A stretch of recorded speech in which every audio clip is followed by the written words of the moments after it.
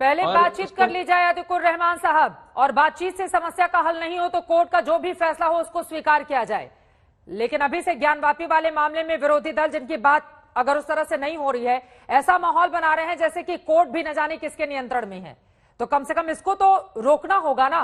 अगर कोर्ट में पूरा का पूरा मामला है तो पहले ही कोर्ट के खिलाफ निचली अदालत को लेकर भी तमाम तरह के सवाल आप लोगों की ओर से उठाए जा रहे हैं। मोहन भागवत जी के भी बयान पर जवाब दीजिए आप। जी चित्रा जी, मोहन भागवत जी की बात को आज लेना पड़ेगा हाथ में। कोर्ट के अंदर तो जो कुछ भी चल रहा है चलेगा। देखिए, भागवत जी ने जो कुछ भी कहा है मैं उसकी दो नतीजे निकाल सकता हूं कि भाई एक पॉजिटिव है और एक नेगेटिव है। पॉजिटिवली बहुत अच्छी बात है कि वो ऐसी बात कर रहे हैं कि हम उस आंदोलन का हिस्सा नहीं है।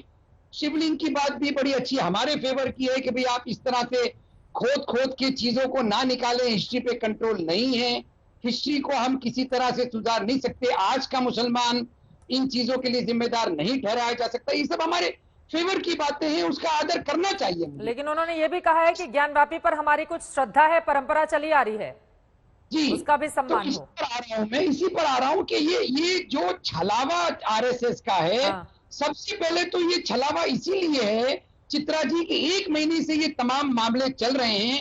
इतनी नफरत फैलाई गई टीवी चैनल्स के ऊपर, इतना जहर घोला गया, इतना एक समुदाय को नीचा दिखाया गया, डिमोरलाइज किया गया, बहुत खराब खराब बातें टीवी चैनल्स पे हुई, प्रॉफेट मोहम्मद को बीच में खींचा गया बीजेपी स्पोक्स पर्सन द्वारा। इतनी घृणा फैलाने के बाद में आज 1 महीने के बाद में आरएसएस चीफ जागे, ये चीज पहले दिन भी बोली जा सकती है। वो तो कह रहे हैं कि कोई भी हिंदू मुसलमान के बारे में गलत नहीं सोचता है, उन्होंने ये भी कहा है। और एक सवाल का और मैं जवाब आपसे जानना चाहूंगी। वो कह रहे हैं मौजूदा जो मुसलमान हैं वो हमारे ही पूर्वज यानी कि सबको हिंदू और मुस्लिम को एक साथ जोड़ रहे हैं। वो कह रहे हैं कि उस समय तो मुस्लिम आक्रांता आए हुए थे और बाहर से इस्लाम आया, हालांकि उसको कुछ लोग फॉलो करने लगे। तो इस पर क्या है आपकी राय? उसके बाद सुधांशु जी मैं फौरन आपके पास आऊंगी। चित्रा जी, बाहर से आया हिंदुस्तान में इस्लाम, नहीं, क्यों आप इस चीज की डीएनए में जाना चाहते हैं?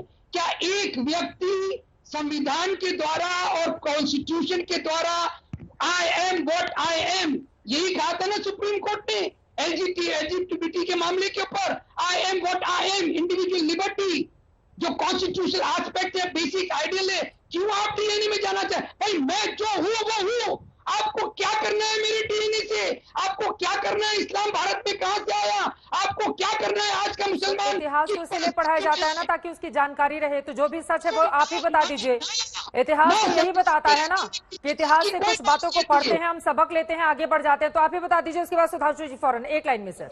आज से अगर हमको कुछ सीखना है तो सीखना ये है, live and let live, what I am. Sudhanshu Trivedi ji, ठीक है। सुधांशु त्रिवेदी जी, जो बात बार बार अतीकुर रहमान जी बड़े आक्रोश के साथ कह रहे हैं व्हाट आई एम, यही तो हम भी कह रहे हैं भाई। और आपने अभी प्रोफेट मोहम्मद साहब का जिक्र किया तो मैं कह रहा हूं ना, आप जो हैं तो इस्लाम अमले रसूल है ना, अमले बादशाहत नहीं। ये बाबर और औरंगजेब से क्यों जोड़ते हो भाई? आप कहिए हम हैं, हमारी इस्लाम में अकीदत है, हम अपना मजहब पालन करना चाहते हैं। ये बादशाहत से क्या लेना देना है भाई? और दूसरी बात, अगर औरंगजेब से जोड़ते हैं और आप अपनी वंशावली उनसे मानते हैं, जैसा अभी देखा ना असीम बकार बोल नहीं पाए कि वो बाहर से नहीं है, पर फिर भी मैं कहता हूं तो दारा शिकोह से क्यों नहीं जोड़ते भाई? शाहजहां से क्यों नहीं जोड़ते? वो शाहजहां जिसको जेल में बंद किया था औरंगजेब ने, और शाहजहां ने कहा चंद बच्चे भेज दो मेरे पास, मैं खाली वक्त में कुरान पढ़ाऊं, तो उसने मना कर दिया कि बच्चों में बातचीत करना चाहते हो। फिर उसको पानी और अनाज भी लिमिटेड दिया। जब उसने कहा मुझे पानी ज्यादा भेज दो तो शाहजहां ने फारसी में कविता लिख के भेजी, मुझे कविता नहीं याद, उसका मीनिंग ये था कि तू कितना जालिम है कि जिंदा बाप को पानी नहीं दे रहा है, तुझसे तो कहीं अच्छे वो हिंदू हैं जो पितृ पक्ष में मरे हुए पूर्वजों तक को पानी देते हैं। क्यों नहीं उससे जोड़ते भाई? आपको भाइयों का कत्ल करने वाला, बाप को जेल में डालने वाला, बाप को जेल में भूखा प्यासा रखने वाला, भाई की गर्दन काट के बाप को जेल में डालने वाला, are you that what I am? वही मैं पूछ रहा हूं, क्या आप वो है? अगर वो नहीं है तो कोई समस्या नहीं, अगर वो है तो समस्या बनी रहेगी। अंशु जी जवाब सुन लीजिए। बोलिए, जवाब दीजिए जल्दी से। आप देख रही है कॉन्ट्रडिक्शन। वहां पर भागवत जी कह रहे हैं कि आज का मुसलमान हिस्ट्री से उसको नहीं जोड़ा जा सकता है। आज के मुसलमान ने कुछ नहीं किया है और यहाँ सुधांशु जी इल्जाम पे इल्जाम। अरे कौन जोड़ता है औरंगजेब से अपने आप को? जो हिस्ट्री में हो गया कि आप उसको मैं बदल कह रहा हूं बाबर औरंगजेब से आप जोड़ रहे हैं, हम तो नहीं जोड़ रहे। कोई नहीं जोड़ रहा, हम संविधान से जोड़ रहे हैं। एक हाथ में संविधान है, एक हाथ में तिरंगा। बाबर औरंगजेब के नाम पे मुसलमान को नीचा क्यों लग रहा है? क्यों जोड़ना चाहते हैं? हमने आपसे कहा हमारे हाथ में एक तिरंगा है और एक हाथ में संविधान है। इस चीज को आप कबूल करते हैं कि नहीं करते? नहीं चाहिए। हमारा कुरान हमारी मस्जिद तक है, हमारी आस्था हमारा धर्म हमारी मस्जिद तक है। आपने ये बात कहने की, कहिए, आप दोहराइए। The nation wants to know. यही बात है तो वो भी कह रहे हैं ना कि ज्ञानवापी वाले मामले में हमारे सरदार आस्था जुड़ी हुई है। सुधांशु जल्दी से, ठीक है। वारिस पठान जी, मैं फौरन आपके पास आ रही हूँ। सुधांशु जी अपनी बात नहीं, सिर्फ श्रद्धा आस्था की बात नहीं है, ऐतिहासिक तथ्य है। अगर ऐतिहासिक तथ्य है कि ज्ञानव्यापी तोड़ के रखाई गई, गवर्नमेंट ऑर्डर अवेलेबल है, फतवा, उसके बाद आप मानने को तैयार नहीं और कह रहे हैं आप खुद जोड़ रहे हैं उससे। ये मुगल और बाहरी और भीतरी की लड़ाई है, हिंदू मुसलमान की लड़ाई क्यों? ये मंदिर मस्जिद की लड़ाई नहीं है। मुगलिया विरासत को अपने सर पे ओढ़ने की या उसको छोड़ने की लड़ाई है। समस्या ये है। ठीक है वारिस पठान जी, जल्दी से क्लोजिंग कमेंट आपका। वक्त हमें इतने की इजाजत देता है। वारिस पठान जी जल्दी से कुछ बोलना चाह रहे हैं आप? आपस में बिल बैठ फटाफट में सवाल कर लेता हूं सुधांशु जी से। 2 सवाल के मेरे जवाब दे दें, मैं अपनी बात को बंद कर दूंगा। सवाल नंबर मेरा अव्वल एक है, क्या देश के प्रधानमंत्री Modi 1991 places of worship act को जो पार्लियामेंट से पास हुआ उसको मानते हैं नहीं मानते? सवाल नंबर 2,